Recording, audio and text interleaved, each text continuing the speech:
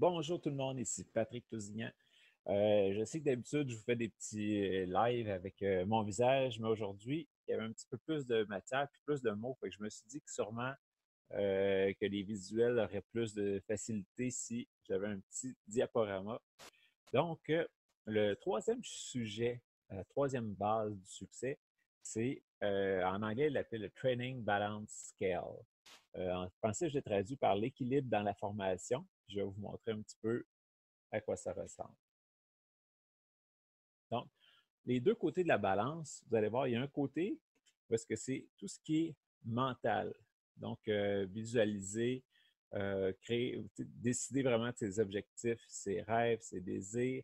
Quand on utilise notre imagination, tout ce qui est motivation aussi.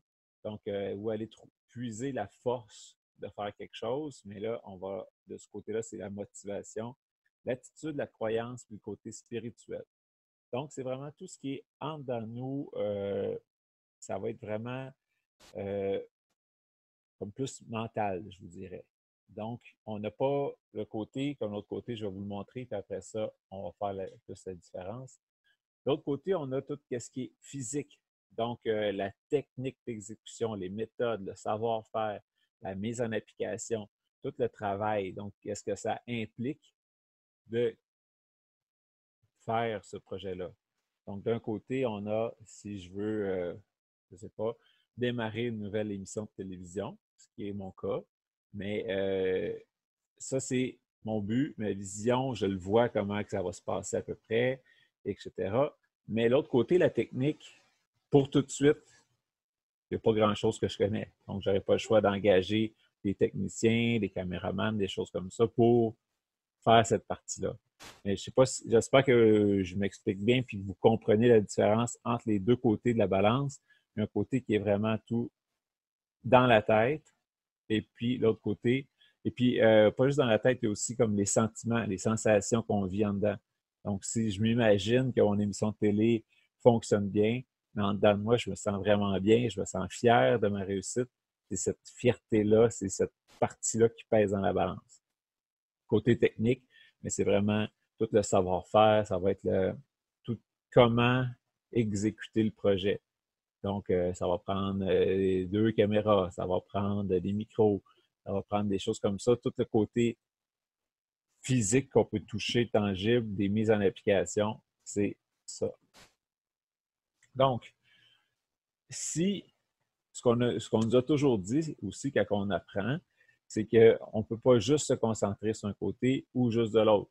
Si j'apprends toutes les bonnes techniques du monde, mais que je n'ai pas d'objectif, mais j'irai nulle part. Si j'ai aucune motivation, même si je sais exactement comment faire, je ne le ferai pas parce que je vais être assis chez moi à rien faire. Je ne serai pas motivé, je n'aurai pas envie de le faire.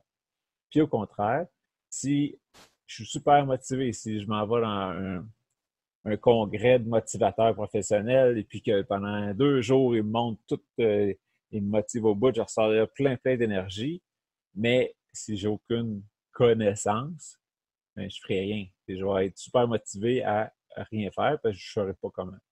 Donc, on nous a appris qu'il fallait être équilibré dans ça, 50-50. Et puis, comme ça, avec une vie équilibrée, on avançait mieux, on avançait plus solidement.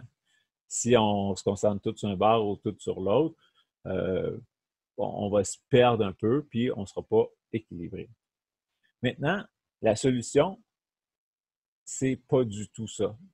Ce que Kevin Trudeau nous apprenait à la formation, c'est qu'il faut travailler vraiment sur notre pourquoi et puis après, le comment va venir tout seul.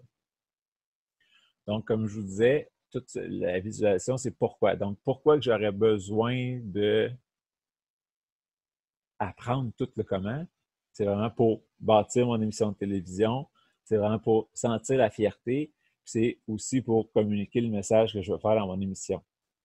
Donc, ça, c'est le pourquoi. C'est ça qui me rend fier. C'est ça qui me donne l'énergie pour avancer.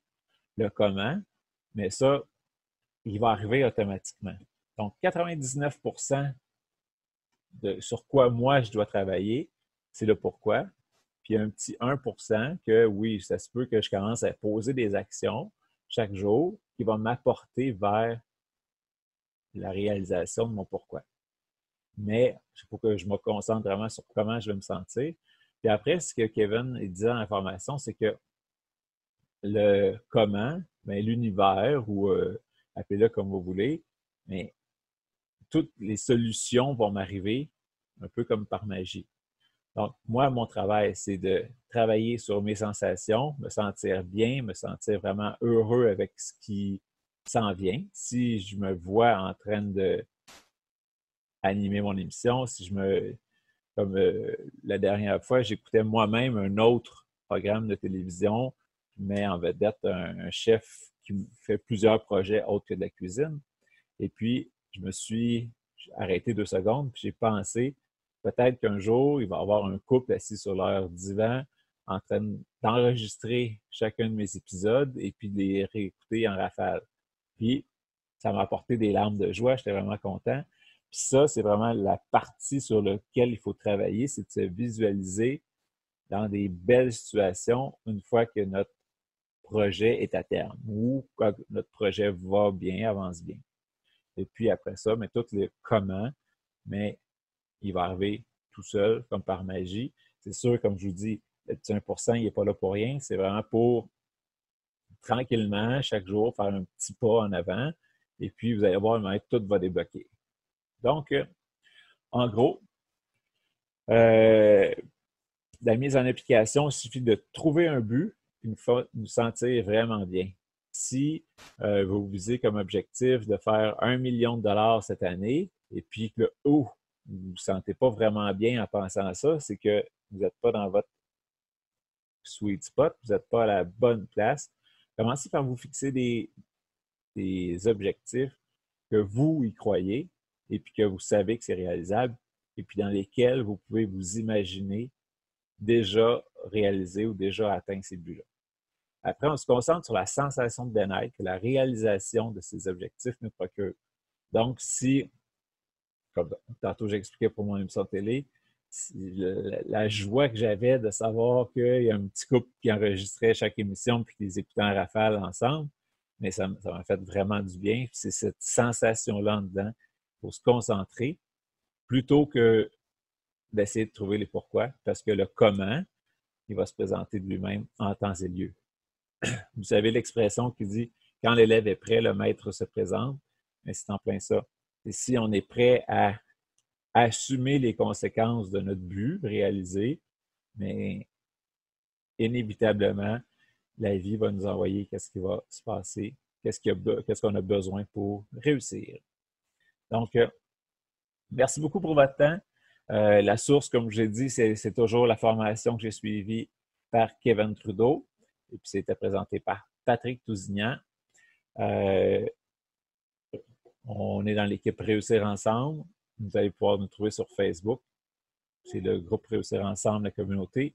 Et puis, visualisezvosrêves.com, c'est mon petit site. Vous allez en savoir plus sur moi et sur qu'est-ce que je fais dans la vie. Donc, un gros merci.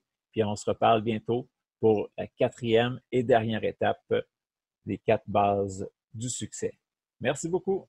Bonne journée.